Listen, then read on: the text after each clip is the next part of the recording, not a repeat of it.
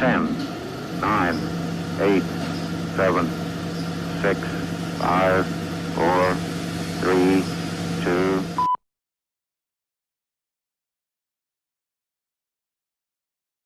Hal yang membuat saya bangga menjadi anak buah Pak Bupati Nixon Narogan. Yang pertama, mengangkat saya menjadi Kepala Dinas PUPR Kabupaten Tapanuli Utara. Padahal saya bukanlah pendukung daripada beliau itu, Bapak itu, ketika di Pilkada 2014. Pada saat Pak Bupati menunjuk saya sebagai Kepala Dinas PUPR Kabupaten Tapanuli Utara, beliau menyampaikan kepada saya, "Abang, kita harus membuat perubahan. Jalan harus diperlebar. Jalan harus dibuat saluran drainasenya. Jalan harus di hot mix," kata beliau. Pada PAPBD 2014, kita mulailah uji coba pelebaran jalan di jalan jurusan Siambula Sebutan. Pada awalnya jalan ini adalah dengan lebar 3 meter, lapen, tidak ada parit, dan tidak ada bangunan pelengkap lainnya. Kita programkanlah pelebaran jalan itu. Tentu di pelebaran jalan ini akan membutuhkan pelebaran tanah masyarakat, karena halaman mereka akan terambil untuk pelebaran jalan tersebut. Ada yang protes, ada yang keberatan, ada yang tidak mau tanahnya diambil untuk pelebaran. Pada awalnya kegiatan ini membuat juga pusing kami sebagai pelaksana kegiatan itu. Kemudian saya laporkan kepada Pak Bupati. Pak Bupati, program kita pelebaran jalan dari Siambula Sebutan itu ada kendala di sana. Masyarakat tidak mau memberi tanahnya untuk pelebaran. Mereka minta ganti rugi. Saya laporkan kepada Pak Bupati ketika itu. Oke, buat pertemuan, saya hadir di sana. Pendek cerita, dilakukanlah pertemuan dengan masyarakat. Kemudian Pak Bupati memberikan pemahaman kepada mereka. Akhirnya pelaksanaan pekerjaan pelebaran jalan Siambula Sebutan bisa terlaksana dengan baik, dan sekarang itu sudah jadi jalan hot mix yang cukup memadai di Kecamatan Sibolon. Kemudian Pak Bupati menyadari bahwa untuk meningkatkan perekonomian masyarakat ini harus dibuka jalan menuju lahan pertanian. Harus juga dibuka jalan untuk membuka jalan dari dusun ke dusun, dari desa ke desa. Atas dasar itulah Pak Bupati memerintahkan kami untuk pengadaan alat-alat berat berupa ekskavator, bulldozer, vibro yang nilainya puluhan miliar. Ketika saya sampaikan bahwa ini dan ini kan cukup besar Pak, kalau kita buat ini untuk konstruksi, menurut saya ini akan jauh lebih bermanfaat. Tapi beliau, Pak Bupati mengatakan, udahlah Amang, buatlah pengadaan alat berat itu, supaya masyarakat termotivasi untuk membuka lahan-lahan di dunia, supaya terbantu perekonomian masyarakat, katanya. Maka pada tahun 2015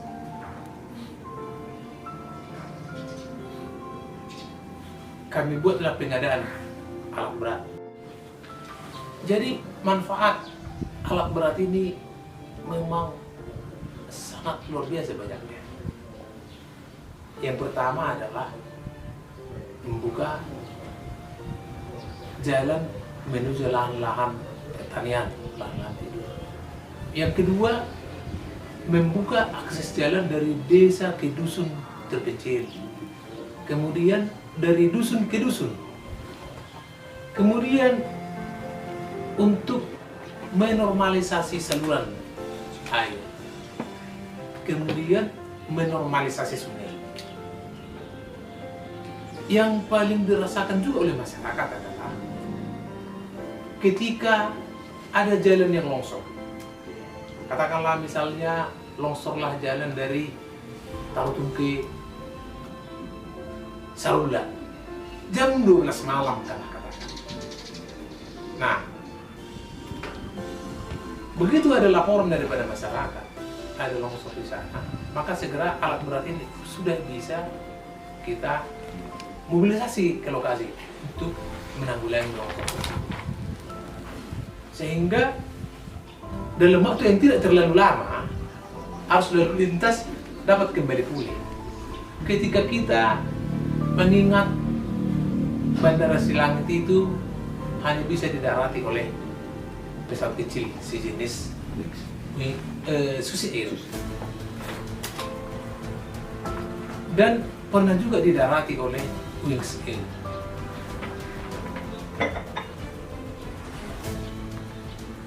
Ya, perkembangan daripada Bandara Silangit itu hampir kita katakan sangat lambat. Suatu ketika Pak Bupati telepon saya, beliau pas lagi di Jakarta. Ketika itu saya di lapangan. Amang, Bandara Silangit ini harus bisa didarati oleh pesawat besar. Harus bisa didarati oleh Garuda.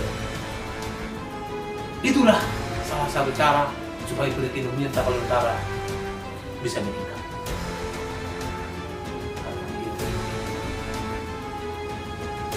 Saya sudah bicara dengan Direktur Utama Garuda.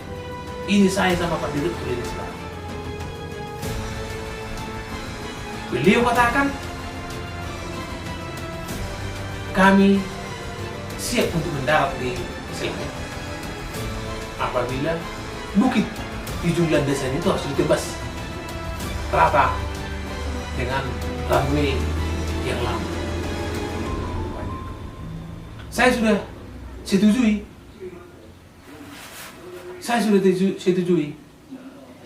Diberikan waktu sama kita 14 hari kata Pak Bupati ketika itu. Dan saya sudah setuju 14 hari akan siap kami tebas. Jadi karena itu Amang, segera mobilisasi alat berat ke Bandara Silangit. Semua alat kita itu kerahkan ke sana. Jadi saya katakan ketika itu, mana mungkin itu Pak? Karena saya udah lihat itu apanya, lihat itu medannya sangat sulit. Selain bukitnya tinggi yang bertebas, itu jalan masuk pun susah karena itu berlumpur. Saya katakan, udahlah, pokoknya turunkan alat berat ke sana. Kalau ada kendala lapor saya, katanya. Jadi sebagai seorang staf yang baik, seorang staf yang baik, saya turunkan alat berat. Siang itu juga saya turunkan alat berat ke Bandara Selangit. Tentu setelah berkoordinasi dengan CM Bandara Selangit ketika itu Pak Manalu. Saya turunkan alat berat. Ternyata setelah alat berat ini bekerja 3 hari, kelihatannya masih sedikit yang dikerjakan. Masih sedikit yang dikerjakan. Padahal waktu yang dikasih sama kita ketika itu 14 hari. Saya lapor sama Pak Bupati. Pak, kayaknya saya pesimis ini bisa diselesaikan dalam 14 hari. Ini 3 hari kan udah kami kerahkan semua. Dan meret. Udah unon. Jadi gimana? Kata beliau. Gak tahu lagi saya, Pak. Udah, kalau kita tambah alat gimana? Katanya kan. Iya, kalau ada alat mau ditambah, mungkin bisa juga ini meningkatkan kecepatan kerja. Maka beliau langsung respons itu. Langsung respons. Dia teleponlah beberapa pengusaha di Tapanuli Utara yang ada alat beratnya. Diteleponlah ketika itu di Namala, diteleponlah si Sape, si Pahuta. Kemudian tidak hanya itu, beliau juga telepon Bupati Humbang Sundutan, Pak Usman. Kemudian beliau juga telepon Pak Bupati Tuba saya itu Pak Darmin, memohon supaya alat-alat mereka boleh diturunkan ke Selangit untuk membantu penebasan bukit di Bandara Selangit. Dengan syarat tidak disewa, gratis alat dari mereka. Kita hanya menyiapkan bahan bakarnya. Luar biasa memang. Jadi ketika itu seperti kotanya jadinya lokasi pekerjaan itu. Karena alat itu bekerja sampai tengah malam. Bahkan operator pun saya siapkan 3 shift. Gantian. Satu alat kerja 4 jam, ganti kerja 4 jam, ganti kerja 4 jam. Seperti itu. Itulah upaya kita untuk bagaimana agar janji daripada Pak Bupati ke Pak Direktur Garuda itu bisa terrealisasi. Banyak kendala memang, banyak kendala. Tapi akhirnya pada hari ke-13 bandara itu udah hampir selesai. Udah berat itu bandara itu.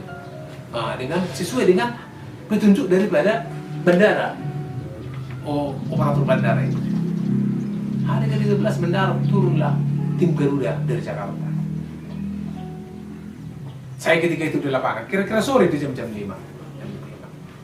Lalu kami berkomunikasi. Nah, ini begini ya. Tapi hasilnya tidak dikasih tahu sama saya oleh Garuda ini, kan tidak dikasih tahu. Apa hasilnya? Boleh enggak mendarat ini Garuda atau tidak? Rupanya beliau itu menelepon, orang Garuda itu menelepon ke Pak Bupati.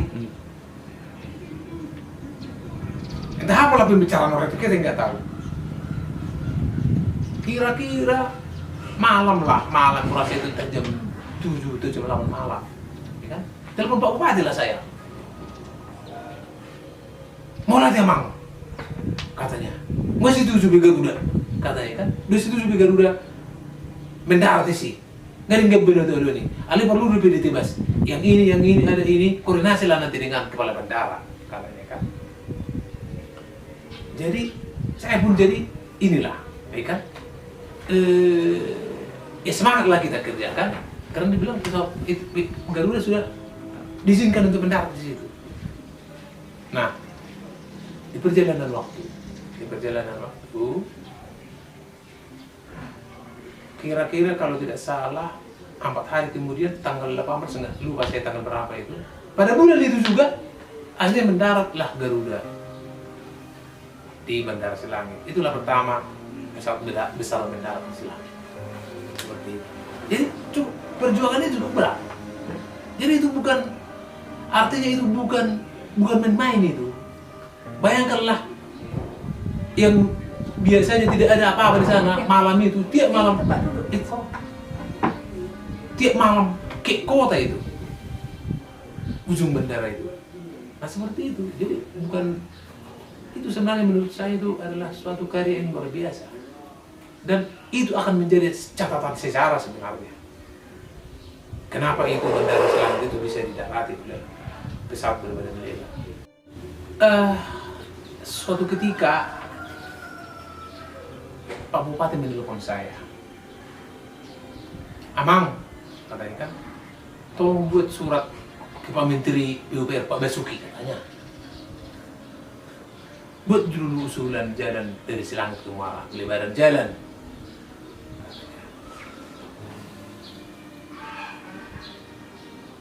Saya bilang, Pak, itu kan jalan provinsi, mana boleh ditangani oleh Kementerian PU.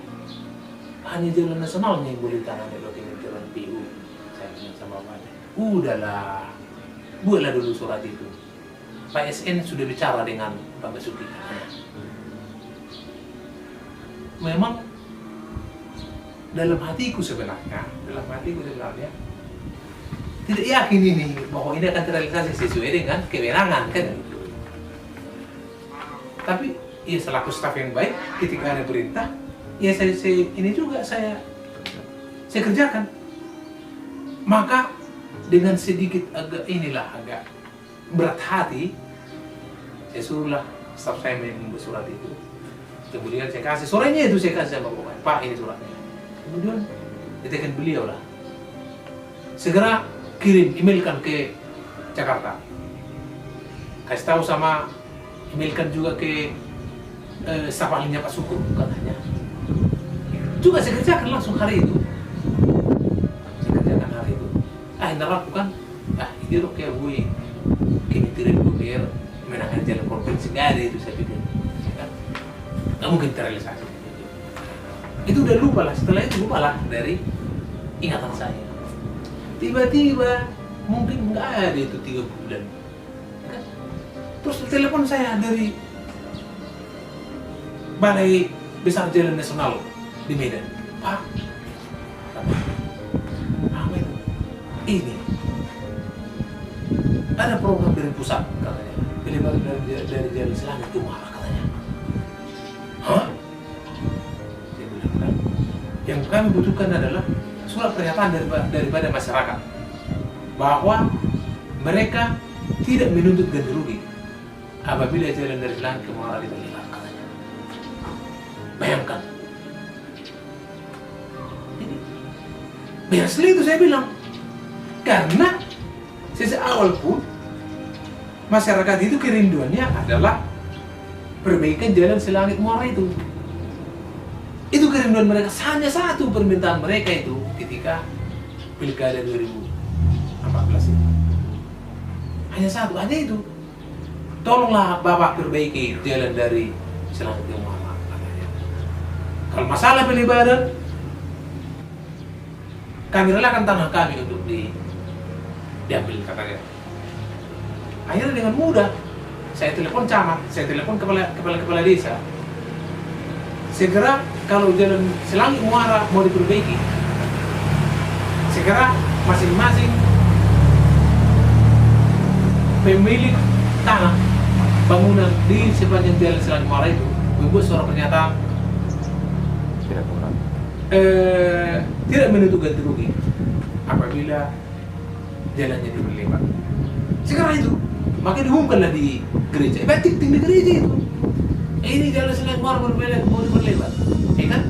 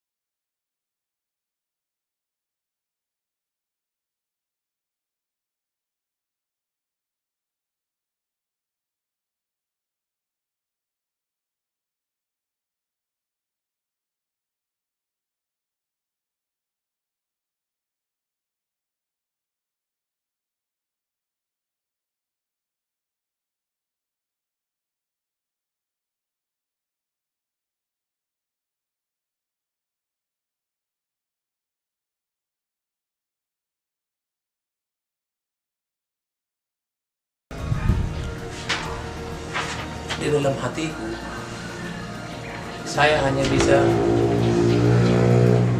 membaktikan diri saya kepada Pak Bupati.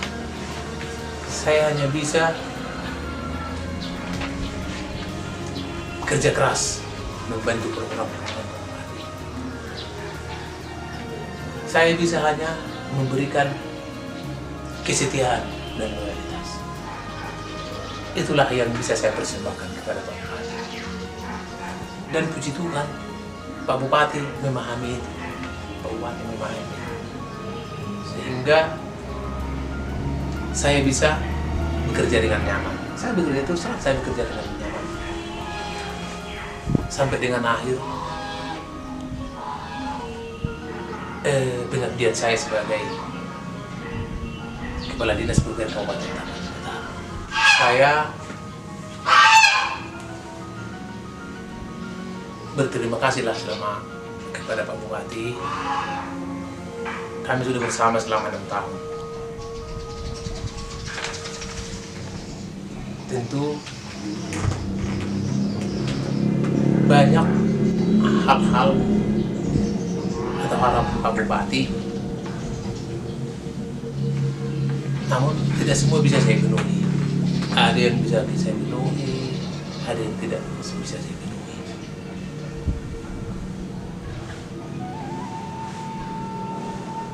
Karena kemampuan saya terbatas tentunya. Apakah di tingkah laku, apakah di perbuatan. Oleh karena itu, mohon maaf kepada Pak Bupati. Mohon maaf kepada Pak Bupati. Mudah-mudahan Pak Bupati sehat bersama dengan keluarga, ibu dan anak-anak Bram dan Jo. Diberikan Tuhan hikmah, diberikan Tuhan kekuatan, kesehatan di dalam melanjutkan kepemimpinan beliau. Juga kiranya Pak Bupati mendoakan saya, tentu dengan aparat pemerintah Kabupaten Tapanuli Utara, rekan-rekan kepala dinas, kabak, garis, kepala kantor, dan staf seluruhnya tentunya, kiranya mendoakan saya agar saya bisa menjalani hidup saya dengan sehat setelah saya pensiun. Besar harapan saya bahwa walaupun saya sudah pensiun, kebersamaan kita ke depan akan tetap berlanjut, akan dapat berlanjut.